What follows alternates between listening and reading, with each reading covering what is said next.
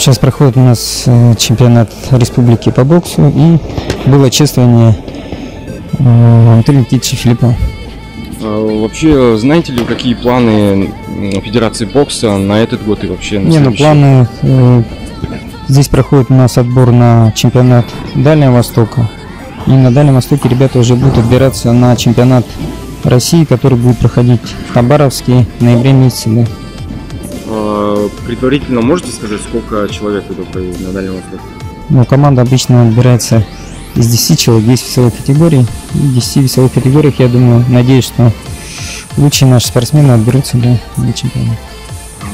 Что-нибудь от себя хотите добавить? Чтобы пожелать спортсменам удачи, да, чтобы порадовали зрителей, показали хороший, качественный бокс. Среди 58 участников 4 мастера спорта России, 35 кандидатов в мастера спорта России. Это все они на сегодняшний день являются потенциальными кандидатами в сборную команду республики, которая выйдет на чемпионат Дальнего Востока для завоевания путевок, для участия в чемпионате страны.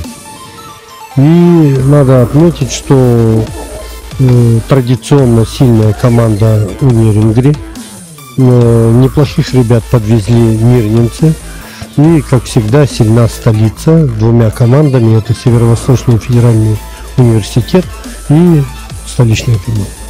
Анатолий Филиппов успутуга ерне кальбите уахта хастар. Уахта хастар ол кальбине канна буланылан жарыктабытын. Тусту сектихлята бастан бәбір убытын боксаға көхірек. Онтон ол ерне береметер бастан ол Орджоникидзевский районга кистәгеле үппет, район кенер күрәкте хитер. Оннан көп үппет, онтон кайын баран ол республика бар үппет. Мәңе қаңаласка. Оннан бел үппет. Чемпионат.